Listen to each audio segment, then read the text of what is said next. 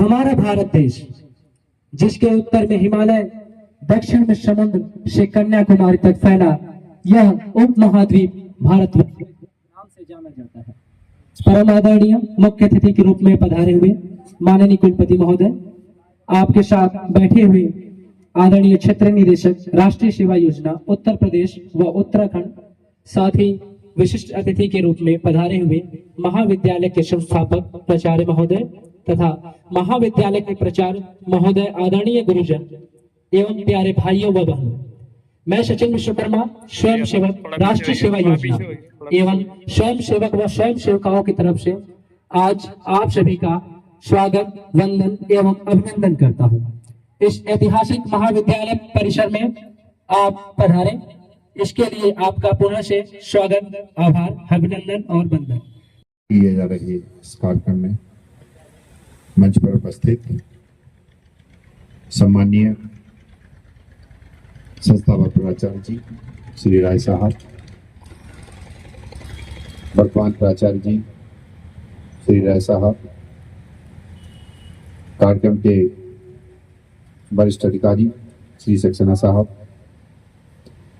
इस महाविद्यालय की वरिष्ठतम आचार्य श्रीमती कृष्णा जी, इस महाविद्यालय के सभी अध्यापक बंधु, छात्र छात्राओं, पत्रकार बंधु, समाज से आए हुए सभी ऋणीजन, मैं इस विश्वविद्यालय में या मैं कहूं आजमगढ़ की जमीन पर मैंने जो पहला कदम रखा था वो 14 जनवरी को रखा था। आज 14 फरवरी हो गई है। 15 जनवरी को मैंने कार्यभार ग्रहण किया था, तो कार्यभार को ग्रहण किए हुए भी आज लगभग 1 महीना पूरा हो गया। मैं इससे पहले इस क्षेत्र में मेरा आना नहीं हुआ।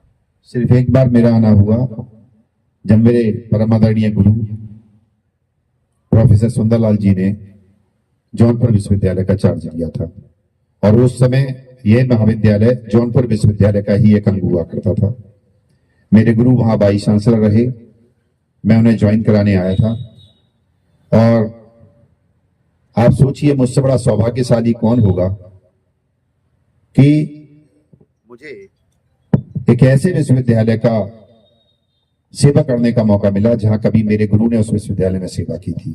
मैं अपने आप को बहुत धन्य मानता हूं। मैं सदैव ईश्वर का इस बात के लिए ऋणी रहूंगा।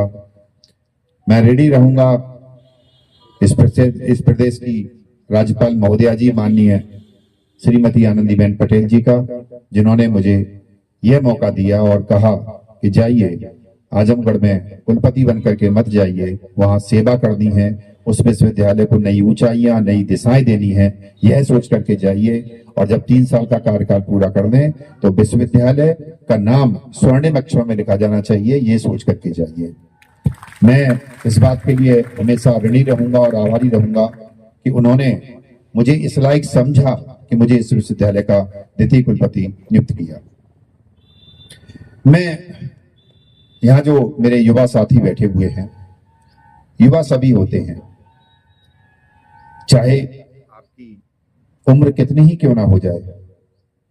मैं ये देख रहा हूं कि इस विश्वविद्यालय के संस्थापक प्राचार्य श्री राय साहब उम्र के इस पड़ाव में 80 वर्ष की अवस्था मुझे बताई गई है। अगर उसके उम्र के बावजूद भी वह इस कार्यक्रम में आए, उन्होंने अपना भाषण दिया, उन्होंने बिना किसी के सहारा लिए सारे कार्य किए, तो वह भी मेरे हिसाब से युवा ही है। एक जोरदार करतल ध्वनि से उनका हौसला अफजाई करिए। देखिए, युवा कौन होता है और वृद्ध कौन होता है। मैं बड़ी एक डिफरेंट या दूसरी भाषा में आपसे कहता हूं कि युवा शरीर से नहीं होता है, युवा मस्तिष्क से होता है। अगर आप मानसिक रूप से युवा हैं तो ये मान के चलिए कि आप चिर युवा हैं। आपकी उम्र 50 साल है, आपकी उम्र 60 साल है, आपकी उम्र 70 साल है, और 70 साल की उम्र में अगर बचपन में की गई शैतानी को सोच समझ करके चेहरे पर अगर मुस्कुराहट आ जाए, समझ लीजिए आप युवा हैं। इसलिए सभी लोग युवा हैं। इसीलिए मैंने कहा कि जो इस महाविद्यालय के संस्थापक प्राचार्य जी हैं वह भी युवा हैं। सर, आप चिर युवा रहें, ऐसी मेरी कामना है। श्रीमती कृष्णा जी यहाँ बैठी हुई है। मुझे बताया गया कि सेवानिवृत्त हो चुकी है। एक सेवानिवृत्त कहकर के ऐसा लगता है कि बिल्कुल इनको हर चीज से ही सेवानिवृत्त कर दिया गया है। सेवानिवृत्त सिर्फ इस बात के लिए हुई है क्योंकि हमारे उत्तर प्रदेश का जो एक्ट स्टैट्यूट है वो ये कहता है कि शिक्षक अधिकतम 62 साल की उम्र तक महाविद्यालय में नियमित सेवा के रूप में पढ़ा सकता है। सिर्फ उससे रिटायर्ड हुए हैं।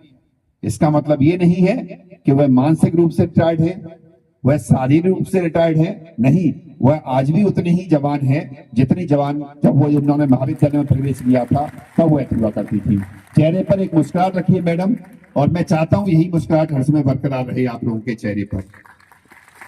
और एक जोरदार ताली सचिन विश्वकर्मा जी के लिए बजा दीजिए, जिन्होंने इस महाविद्यालय का नहीं बल्कि आपके महाराजा सुहेल विश्वविद्यालय का एक वहां पर जाकर के अमिट छाप छोड़ी। इसके लिए आप साधुवाद के पात्र हैं। बच्चों, यहाँ जितने भी मेरे प्रिय छात्र, मुख्य अतिथि प्रोफेसर संजीव कुमार जी, माननीय कुलपति महाराजा सुहेलदेव विश्वविद्यालय आजमगढ़, समादृत विशिष्ट अतिथि श्री समरदीप सक्सेना जी, क्षेत्रीय निदेशक उत्तर प्रदेश उत्तराखंड राष्ट्रीय सेवा योजना, विशिष्ट अतिथि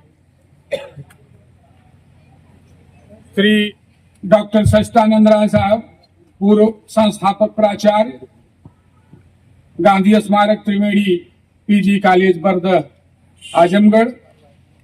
सर, हम लोगों ने अतिथि आपको इसलिए बनाया कि बीच में अंतराल हो गया था कि आप 10 साल करीब इस महाविद्यालय से दूर रहे, तो अब जो नए टीम है हमारी शिक्षकों की और बच्चों की, वो आपको पहचान नहीं पा रही थी। एक पहचान के लिए आपको मुख्य विशिष्ट अतिथि बनाए कि आपसे एक बार पुनः सबकी मुलाकात हो जाए।